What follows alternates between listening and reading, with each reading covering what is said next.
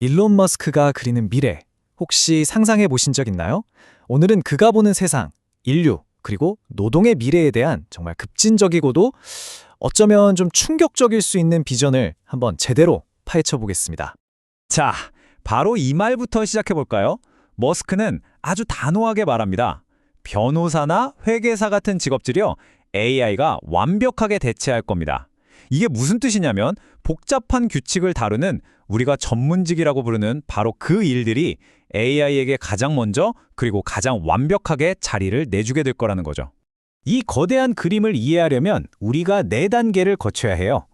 처음엔 우리가 하는 일에서 시작해서 사회 전체의 모습, 나아가서 우리 인간 자체의 본질까지 한번 따라와 보시죠.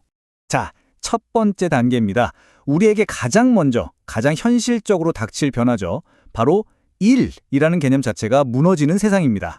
우리는 보통 AI가 공장 로봇을 대체한다고 생각하잖아요. 근데 머스크는 고개를 젓습니다. 진짜 위험한 건 눈에 보이지 않는 소프트웨어라는 거죠. 왜냐? 무한복제가 가능하니까요. 그래서 오히려 패턴을 읽고 처리하는 화이트 컬러 직업들이 훨씬 더 먼저, 더 쉽게 사라질 거라고 경고하는 겁니다. 그러니까 우리가 그동안 인간 전문성의 최고봉이라고 여겼던 영역들이 있잖아요. 그게 사실 AI 입장에서 보면 그냥 데이터 처리 문제에 불과하다는 거예요. 수천 건의 판례를 검토하는 변호사 업무요? AI에겐 그냥 초고속 패턴 인식일 뿐이라는 거죠. 자, 생각해 보세요.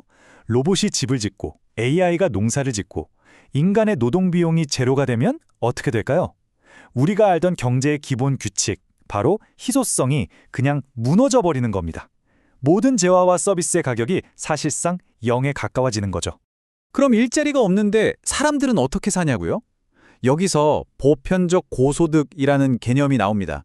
근데 이게 중요한 게 무슨 복지나 자선이 아니에요. 로봇이 아무리 많이 만들어내도 사줄 사람이 없으면 경제가 멈추잖아요. 그러니까 자본주의 시스템이 붕괴가지 않도록 일종의 긴급 패치를 까는 그런 엔지니어링적인 해결책이라는 겁니다. 자, 그럼 돈의 가치도 없어지고 일도 할 필요가 없는 세상. 그럼 우리는 도대체 뭘 하면서 살아야 할까요? 무엇에서 삶의 의미를 찾아야 할까요? 바로 이 질문이 우리를 다음 단계로 이끌게 됩니다.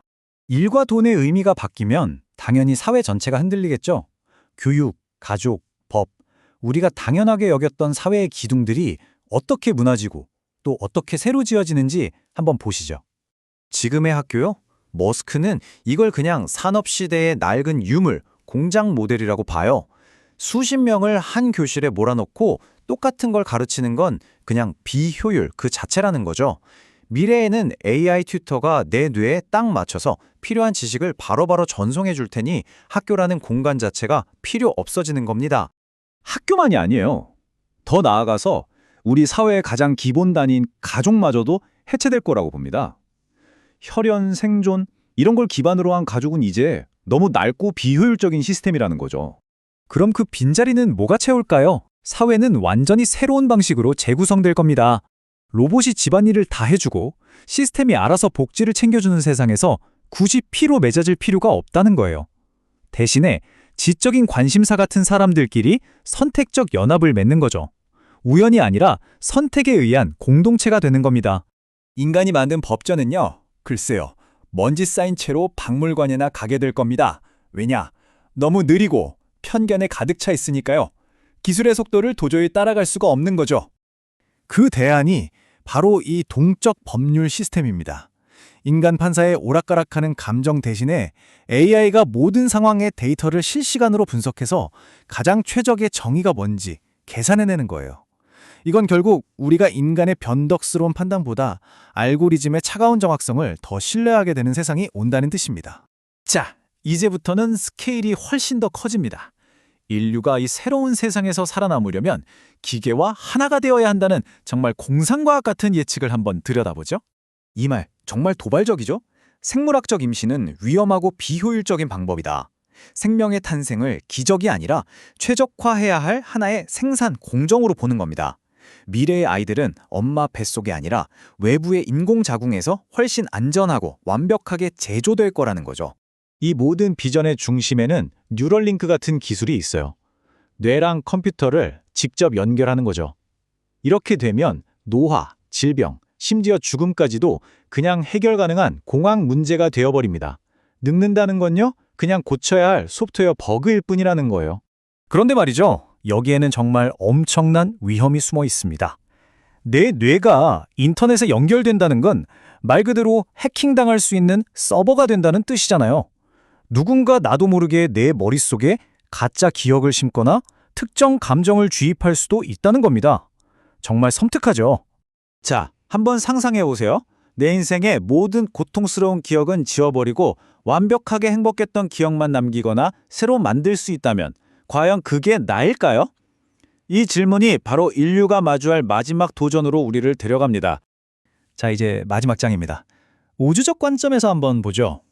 만약 우리가 더 이상 이 행성에서 가장 똑똑한 존재가 아니게 된다면 그땐 무슨 일이 벌어질까요? 우주가 왜 이렇게 조용할까요? 거대 필터 이론은 바로 그 질문에 대한 하나의 가설입니다. 지적인 문명은 별과 별 사이를 여행할 만큼 발전하기 전에 스스로를 파괴하는 어떤 거대한 장벽, 즉 필터를 만난다는 거죠. 핵전쟁이든 기후재앙이든 아니면 통제불능의 AI든 머스크는 지금 인류가 바로 그 필터 앞에 서 있다고 보는 겁니다. 그래서 화성에 가려는 거예요. 이게 무슨 탐험이나 낭만이 아닙니다. 지구가 혹시라도 잘못됐을 때를 대비해서 우리 인류라는 종의 데이터를 다른 곳에 백업해두는 유일한 보험 같은 거죠. 일종의 인류 백업 드라이브인 셈입니다. 하지만 만약 우리가 AI와의 경쟁에서 진다면요. 우리보다 상상도 할 수 없을 만큼 똑똑한 존재가 세상을 지배하게 된다면 그때 우리가 바랄 수 있는 최선은 뭘까요? 머스크는 이렇게 말합니다. 그저 집고양이처럼 귀엽고 사랑스러운 애완동물이 되는 거라고요. 무해하고 쓸모없지만 그래서 살아남는 거죠. 이 모든 이야기 끝에 결국 우리는 이 질문과 마주하게 됩니다. 우리가 지금 만들고 있는 이 엄청난 기술은 인류를 구원하기 위한 걸까요? 아니면 우리 자신을 대체할 무언가를 만들고 있는 걸까요? 진화의 다음 단계일까요? 아니면 종말의 시작일까요?